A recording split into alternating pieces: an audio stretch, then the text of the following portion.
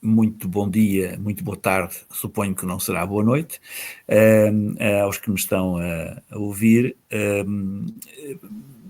Depois de várias peripécias técnicas para fazer esta gravação, não sei exatamente como é que vai, qual é o resultado final dela, mas vamos tentar ultrapassar isso, independentemente das condições que não parecem ser as mais adequadas, porque a internet também não está a ajudar, há uma série de problemas associados a esta ligação. Bem, mas em primeiro lugar, ou neste caso em segundo lugar, eu queria agradecer o convite que me foi formulado para eu estar presente e participar neste encontro e pronto, desejar as maiores venturas ao Vítor e aos seus comparsas na organização, aos seus pares na organização destes eventos que são tão agradáveis sempre e que, pronto, é uma pena não poderem ser realizados ao vivo e presencialmente, porque se perde muito da vivacidade que ao vivo as coisas têm e que desta maneira não conseguem nunca ter. Bem, seja como for, a minha intervenção, que eu pensei que podia ser interessante fazer, seria uma abordagem acerca de um tema que me parece associável ao tema base deste encontro, que é as ordens e a desordem. Eu chamaria isto de outra maneira, eu chamaria isto o mundo às avessas, não é? O mundo às avessas e, portanto, o que pressupõe que há um mundo contrário ao mundo às avessas, não é? Há um mundo direito e há um mundo torto, diríamos. E, portanto, o mundo às avessas. Ora, o mundo às avessas é um tema que atravessa praticamente todos os momentos da história ocidental e até há alguns momentos da história de outras civilizações ou de outras áreas culturais, e que é mais comum do que nós julgamos. Nós normalmente julgamos que estamos a viver nos últimos dias, não é? Nos últimos dias dos tempos, dos últimos tempos, ou dos derradeiros tempos. Mas muita gente pensou a mesma coisa em vários períodos da história. Portanto, nós não somos nada... nem é inédito isto, nem somos originais. Não existe originalidade neste pensamento e nesta preocupação. Eu pensei que seria engraçado mostrar-vos até algumas imagens para percebermos como estas coisas são vivas e estão presentes no nosso cotidiano e nas nossas referências visuais, embora depois não saibamos, regra geral, interpretar, porque isso também faz parte, esta dificuldade de interpretar o mundo tem a ver exatamente com o facto do mundo estar às avessas, ou das duas uma, pode não ser o mundo estar às avessas, podemos ser nós que estamos às avessas do mundo, e portanto temos dificuldade depois em interpretar o mundo, porque há uma desfocagem entre as duas realidades e portanto não há como voltar a ver tudo no sítio, não é? É aquela história do céu estava azul, mas houve um terremoto e ficou verde, não é? É uma história zen que é contada assim exatamente, não é? O céu era originalmente azul, mas houve um terremoto e ficou verde. Bem, portanto, essa ideia do mundo às avessas foi exposta em Portugal, há vários exemplos disso. Muitos exemplos, inclusive há uma mansão no norte que tem está recheada de azulejos, painéis de azulejos, lambrinhos de azulejos, cujo tema é exatamente o mundo às avessas. E, portanto, é muito interessante isso. Foram azulejos inspirados em gravuras holandesas e flamengas que deram origem depois a esses painéis que são muito curiosos e que representam exatamente várias versões do mundo às avessas. não é? O homem que fica, isto evidentemente isto tem que ser interpretado num contexto cultural específico e num contexto epocal específico, mas o homem que fica a tratar da criancinha, a mulher que vai à caça, os peixes que voam e os animais terrestres que estão mergulhados na água, etc, etc. O Sol e a Lua mergulhados também na Terra, no subterrâneos, não é? E o céu cheio de animais e cheio de outros objetos que são habitualmente terrestres e subterrâneos, etc, etc. Portanto, há várias fórmulas de entender isto. Há até quem tenha teorizado sobre digamos, as mais importantes formulações da questão do mundo às avessas, que regra geral são apresentadas em 6 grupos, mas não vamos entrar nesses detalhes, porque esses detalhes não são interessantes para esta discussão. O que me interessa realmente é focar-me na questão da visão do mundo às avessas e depois tentar fazer essa leitura de alguns casos que nos permitem perceber que esse estado desfocado relativamente à realidade é um estado que nos pode conduzir eu não diria provavelmente ao suicídio, também pode conduzir ao suicídio, mas transporta-nos obrigatoriamente para uma confusão mental e um estado de completa destruição das nossas referências, porque todos estes gérmenes acabam por gerar essa situação. Bem, eu penso, a mostrar-vos um detalhe de um tríptico famoso do Jerónimo Bosch, que está no Museu de Arte Antiga em Lisboa, e nesse tríptico realmente é denominado esse tríptico As Tentações de Santo Antão. É muito complexo o tríptico, não dá para o apresentar aqui na íntegra, mas eu vou mostrar-vos uns detalhes que ajudam a perceber aquilo de que estamos a falar. Portanto, para quem conheça o conjunto do tríptico, portanto, das 3 tábuas e dos volantes, é muito engraçado, porque já agora, vamos ver aqui uma coisa engraçada também, que é um dos volantes, que é este.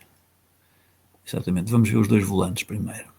Primeiro vamos ver os tríptico e depois vamos ver os volantes. Talvez seja melhor assim. Temos a noção do que é a imagem global. Portanto, isto é o tríptico, né? As Tentações de Santo Antão. E como se percebe, isto dando de barato que aquelas interpretações psicanalíticas e outras quejandas que circulam por aí são completamente anacrónicas, porque no século XV, passagem do XV para o XVI, tudo isso era inexistente e, portanto, é evidente que não foi a psicanálise que influenciou o Jerónimo Bosch, nem o Jerónimo Bosch é um pré-surrealista, porque, evidentemente, o surrealismo surge no século XX com os manifestos do André Breton, nos anos 20, na década de 1920. Portanto, todas essas apreciações e aproximações feitas a este painel são completamente destituídas de sentido. Porquê? Porque perturbam o contexto que esteve na origem da própria imagem, que foi gerada a partir, efetivamente, de certo tipo de pressupostos que o próprio pintor assumiu como legítimos. E, portanto, não há simbolismo sem contexto. O contexto é que traz o significado, é que aporta o significado às imagens. Se a gente retira as imagens do respectivo contexto, evidentemente elas significam coisas completamente distintas daquilo que significavam ou que significariam no contexto original. E é exatamente isso que tem acontecido com este quadro e com outros quadros do Bosch. Portanto, isso não tem nada a ver com alquimias, não tem nada a ver com psicanálise, não tem nada a ver com surrealismos. Isto é uma representação perfeitamente situada no tempo, num tempo em que o Bosch, que pertencia a uma confraria de flamenga, que assumia que o fim do mundo estava prestes a acontecer, Esse assunto está esclarecido desde há alguns anos esta parte, porque foram encontrados algumas provas de que o Bosch pertenceu a essa confraria, e portanto o Bosch pinta, aliás, não é este o único caso em que isso acontece, mas o Bosch pinta, a regra geral, ou o princípio do mundo ou o fim do mundo. Ou os fins do mundo, porque exatamente era essa a sua preocupação. E quando pinta o princípio do mundo que há de vir depois do fim do mundo. E portanto é como se o mundo fosse recriado à origem com as mesmas referências que nos são conhecidas. Por exemplo, por via do Gênesis, etc. Bem, seja como for, este quadro que nós vemos aqui é um quadro complexo que denota que o mundo está mesmo às avessas, está tudo de pernas para o ar, porque exatamente é um dos sinais do fim dos tempos, é um dos sinais, essa desordem é um dos sinais do fim, ou dos fins. E reparem que há peixes que voam,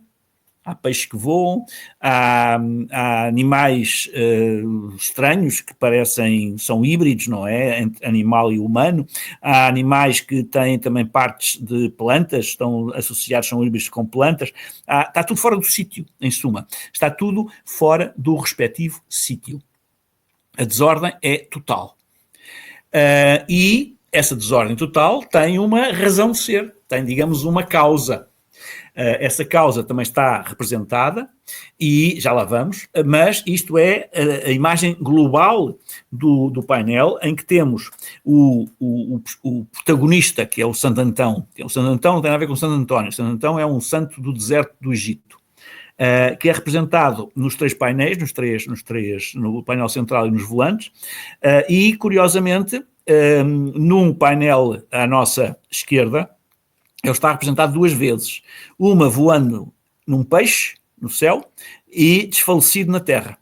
Portanto, como se estivesse exilado, não é? Num plano de existência diferente daquele que é o da consciência humana, que ele perdeu, porque está desfalecido nos braços de três indivíduos que o transportam, e portanto ele está ativo num plano diferente, a sua consciência está ativa num plano diferente, neste caso no céu. É uma interpretação assim muito rápida deste painel.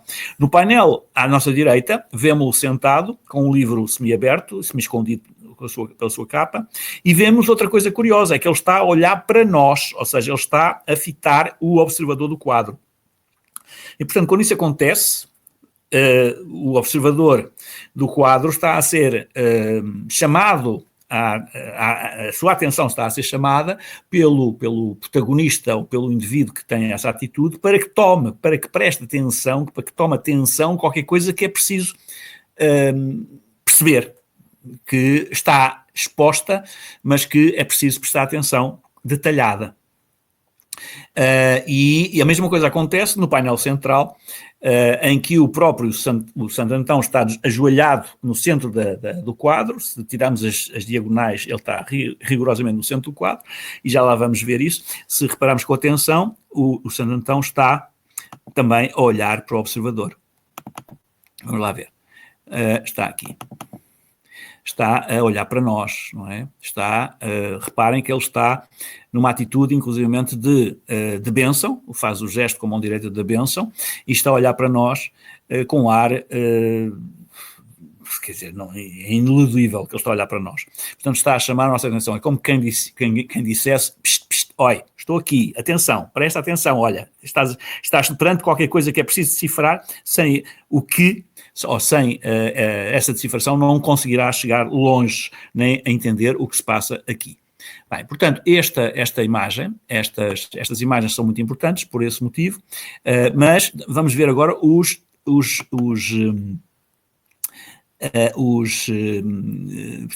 volantes, a parte que fecha sobre o tríptico.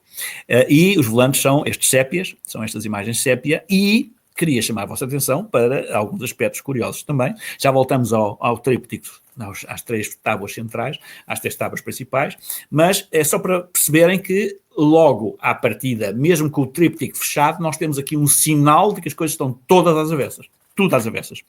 Reparem, estas multidões que aparecem dos dois lados, não é? Que se perseguem uns aos outros,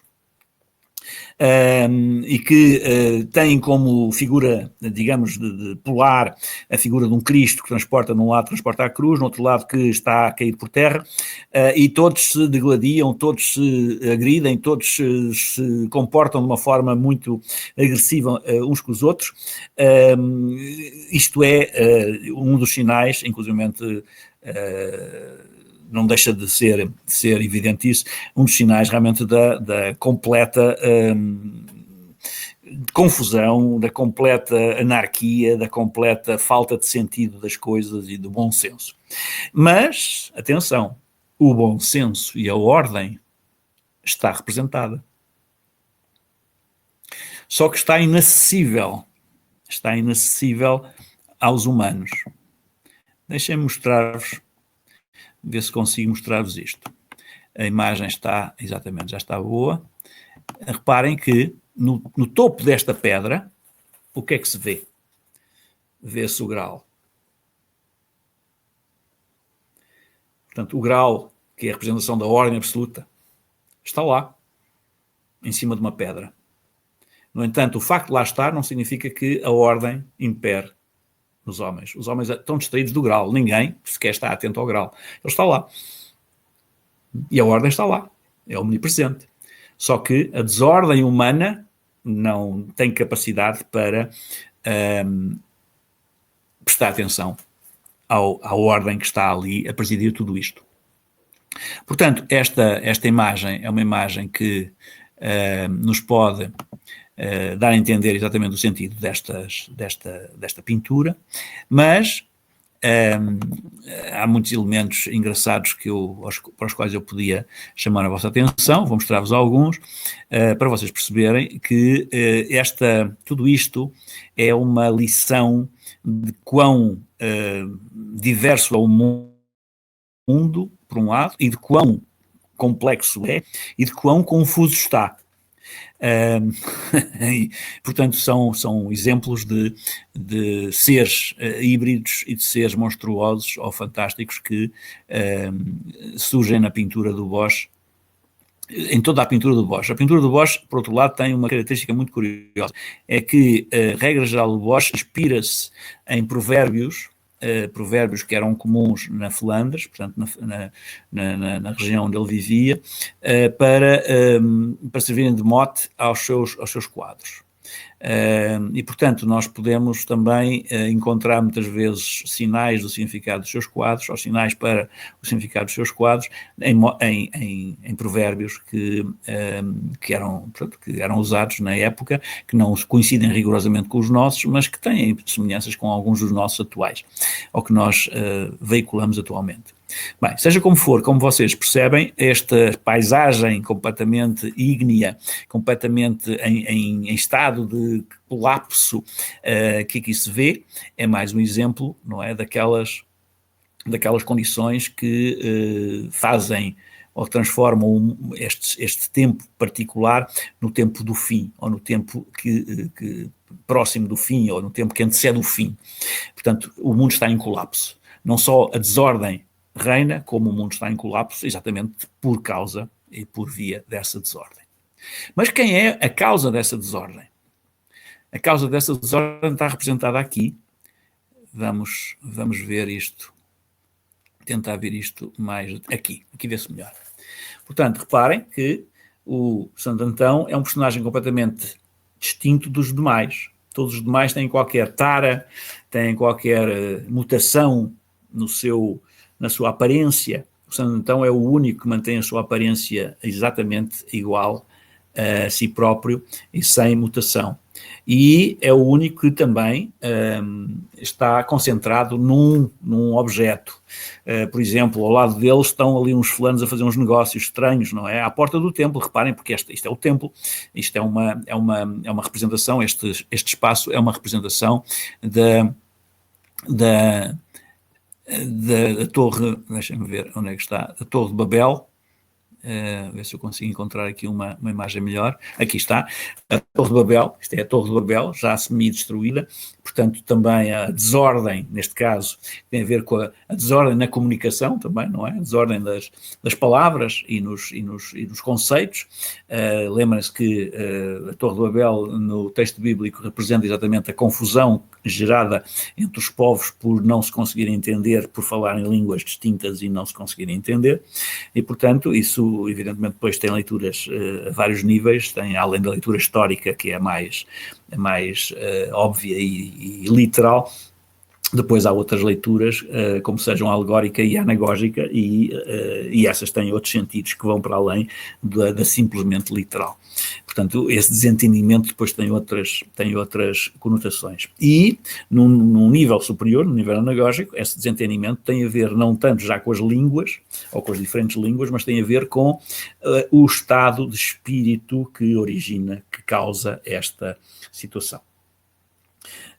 Porque é um estado de espírito que causa esta situação. Ou melhor, talvez até melhor dizendo, é um estado de não espírito que causa esta situação. Esta situação é causada exatamente por via do afastamento de uma transcendência que é a representação da ordem em cada um de nós. Quando essa transcendência é negada, ou é destruída, ou é posta de lado, evidentemente que a desordem se instala, porque ficamos afastados ou ficamos impedidos de ser regidos por essa ordem, por essa causa das causas, que é neste caso individual, que permite que em termos humanos, em termos materiais, tudo se equilibre. O desequilíbrio, habitualmente, mesmo em termos de doença, por exemplo, a doença, o que é um desequilíbrio, que pode ser, e regra geral é, sobretudo, embora não exclusivamente, é sobretudo um desequilíbrio a nível da transcendência, que abre as portas para a confusão e a desordem em termos físicos, em termos orgânicos. Essa é o mesmo processo, rigorosamente. E, portanto, a ausência da transcendência, ou da presença da transcendência, a negação da transcendência, a incapacidade de entender isso, a impossibilidade de atingi-la e de usá-la como norte, como referência absoluta e causal, abre as portas a este estado de coisas. E reparem o que é que o Bosch coloca exatamente aqui no quadro, como elemento central desse processo. Vamos ver. Vamos outra vez passar aqui pelas imagens. Eu tenho receio de desligar isto e depois perder completamente o contacto. Portanto, vamos fazer isto. Então vamos lá ver o que é que o Bosch coloca aqui dentro desta capela que existe na torre de Babel, não é? Que ele coloca aqui. Reparem o que é.